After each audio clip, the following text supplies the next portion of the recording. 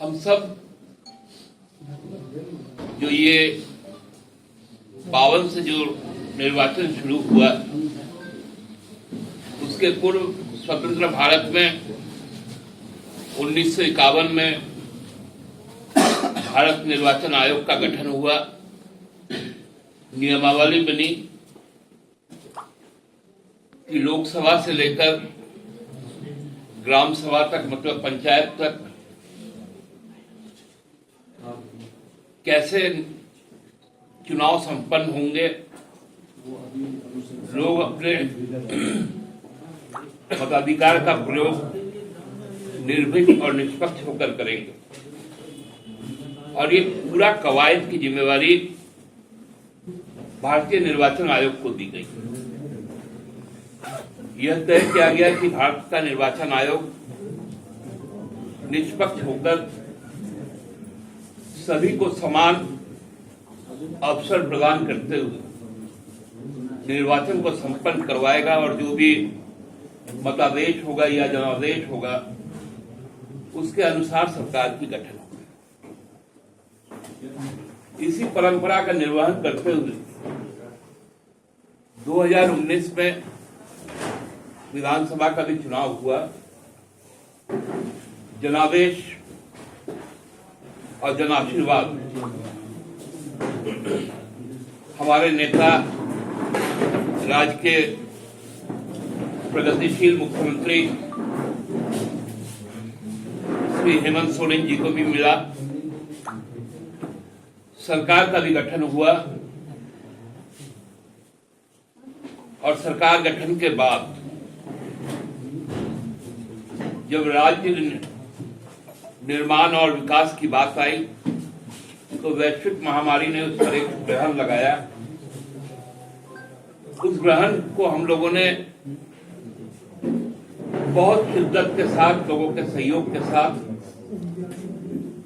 उसको भी उत्तीर्ण किया और उसके पश्चात जीवन बचाने के पश्चात जो आजीविका को भी बचाने का काम किया और पुनः राज्य में जो आकांक्षाएं थी लोगों की, उसके अनुरूप योजनाएं तय की, काम शुरू। सरकार पिछले 2 वर्षों में 2 बार लोगों के साथ सीधा संवाद के साथ जुड़ी, पूरी तरह से जो उनकी चाहिदाएं थी उसको समझा। ये शायद इस राज्य के लिए अभिशाप बन गया। हमारे जो प्रमुख प्रतिद्वंदी दल है यहाँ पर, उनको ये रास नहीं आया, क्योंकि जनादेश का अपहरण का एक लंबा इतिहास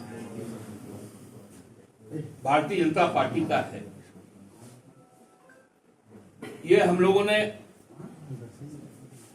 कर्नाटका से शुरू हुआ था और कर्नाटका के बाद इसका प्रयोग मध्य प्रदेश में हुआ, महाराष्ट्र में हुआ, कोशिश राजस्थान में भी हुई और एक विफल कोशिश झारखंड में भी हुई। लेकिन फिर भी जब भाजपा को इस पे सफलता नहीं मिला, जब यहाँ के निर्वाचित सदस्यों ने कहा कि हम अपने जनादेश के खिलाफ नहीं जाएंगे, तब शुरू हुआ एक नया पटकथा लिखना, साजिश रचना। उसमें भाजपा की जो केंद्र सरकार है, उन्होंने बड़ा अच्छा एक पटकथा लिखा और उस पर लगातार कार्रवाई शुरू। उसका एक ही उद्देश्य था और वो उद्देश्य आज भी जारी है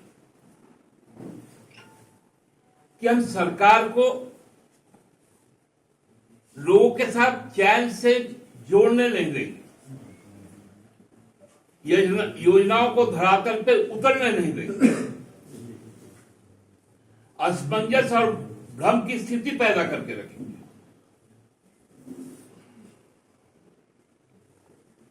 इतना ज्यादा भ्रम होगा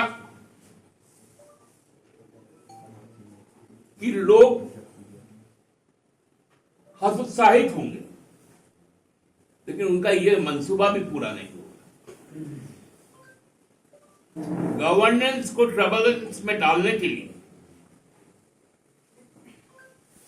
हर प्रकार की चेष्टा हो रही है,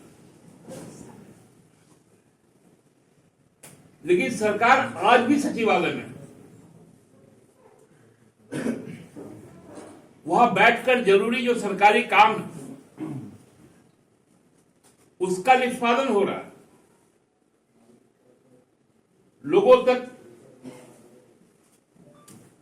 जो हमारे कई 19 फ्लैगशिप जो हमारे स्कीम्स है, प्रोग्राम्स है, वो कैसे पहुंचे, क्योंकि किसी ने सोचा नहीं था कि यहां का आदिवासी का बच्चा, यहां का दलित का बच्चा, यहां का अल्पसंख्यक का बच्चा सरकारी खर्च पर विदेश में जाकर शिक्षा ग्रहण करेगा, उच्च शिक्षा ग्रहण करेगा। भाजपा घबरा गई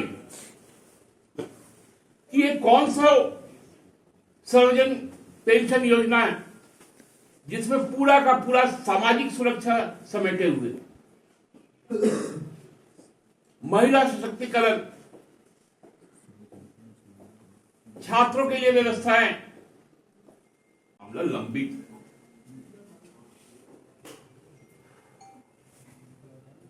अब लग रहा है कि चुनाव आयोग, क्योंकि पिछले समय भी हम लोगों ने देखा था 2019 का चरण बता दिया गया था भारतीय जनता पार्टी की तरफ, किन राज्यों में किस तारीख को कितने चरणों में वोट होगी।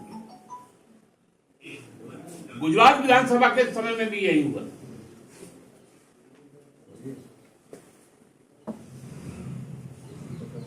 अब तो चुनाव आयोग को भाजपा के सांसद ही निर्देशित कर रहे हैं, जबकि उनको पूरा किस्सा ही नहीं मालूम जिस महाराष्ट्र को लेकर उन्होंने बात की।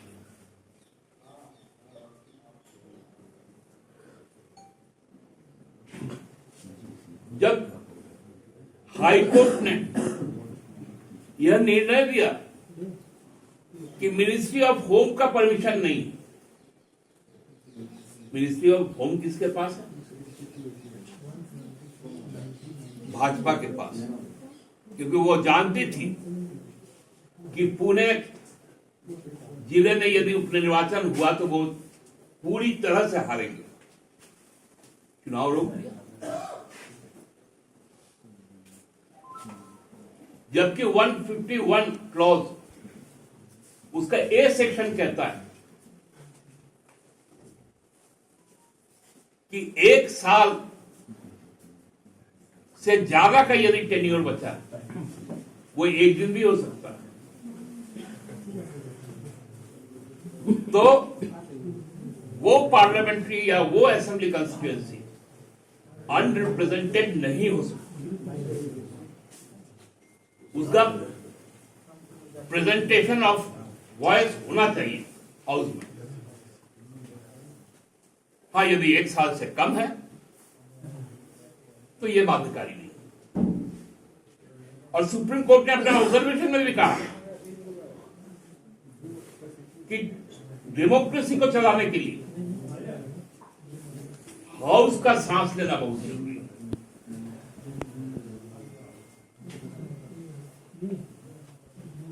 लेकिन अब तो नया एक कुछ मामला पकता है, क्योंकि गवर्नमेंट को आपने इतना हैमर किया, पूरा गवर्नेंस का हैमर किया। आपका तो इच्छा चले तो आप बुलडोज करें, लेकिन आप कर नहीं पा रहे। कितना दिन इस तरह से लोगों को सताइएगा। मई का महीना आ रहा है, लोग तैयार है जवाब देने के। राजनीतिक दल को राजनीतिक लड़ाई लड़नी चाहिए, व्यक्तिगत शत्रुता नहीं होनी चाहिए, पॉलिटिकल टारगेट किलिंग नहीं होनी चाहिए, जो यहां लगातार प्रयास हो रहा है।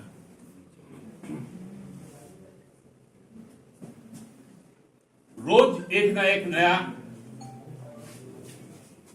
शिगुफा यहां छोड़ा जा रहा है, खासकर भाजपा के द्वारा, क्योंकि भाजपा राजनीतिक तौर पे यहां पर हमें परास्त कर देती है। वो संभव ही नहीं, क्योंकि उनका पोल खुल चुका है, उनका ढोल भी फट चुका है। इसलिए ये तमाम चीजें घटित हो रही हैं, इनको अपना होने दीजिए, लेकिन हमारा जो कमिटमेंट है इस राज्य के प्रति, उसको हम पूरा करेंगे। आप लोगों ने देखा जिस प्रकार से नियुक्ति चल रही है, जिन्होंने 5 साल में एक भी जेपीएससी नहीं करवाया,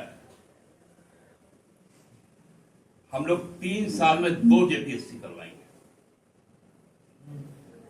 उसका भी अधियाचना अधिसूचित हो चुका। यहां के लोगों को रोजगार मिले, सरकारी नौकरी मिले, ये चिंता हमारे लिए है। उनकी चिंता ये है कि यहां सरकार को गिराया जाए, निरस्त किया जाए, लोगों को त्रस्त किया जाए। माकूल जवाब राजनीतिक तौर पे हम लोग देंगे। लोकसभा को ये अधिकार है कि वो कानून बनाए, राज्यसभा को भी अधिकार है। विधानसभा में रुकिए, मैं आपको लोकसभा पहले से आप 150 लोगों को निकाल के आप इंडियन पेनल कोड को चेंज कर रहे हैं, सीआरपीसी को चेंज कर रहे हैं, एविडेंस एक्ट को चेंज कर रहे हैं, किए ना? संवैधानिक रूप से, हाँ संवैधानिक रूप से किया जी, अधिसूचित हुआ जी। आप बताइए, जब हिट एंड रन का मामला सामने आया, फिर तो ये अधिसूचना जारी हुआ कि ये कानून अभी रुका रहेगा। किसान लॉ 3 जब आया, हम लोगों ने विरोध किया। आप हमको बोलने कहां दी? क्या लोकसभा और विधानसभा या किसी भी राज्य का विधानसभा या विधान परिषद केवल सत्ताधारी दल के लिए रिजर्व होगा? आप 150 सांसद को बाहर फेंक देते हैं और कहते हैं कि मेरे पास शक्ति है, तो आप तो तानाशाह हैं, और इस संविधान में तानाशाह नहीं है। इसको तो जनता तय करेगी। आने दीजिए 24। अब जैसे अगर मैं तो वही बात कर रहा हूं। लाइव लगातार के वीडियो को लाइक करें, सब्सक्राइब करें और बेल आइकॉन को दबाना न भूलें।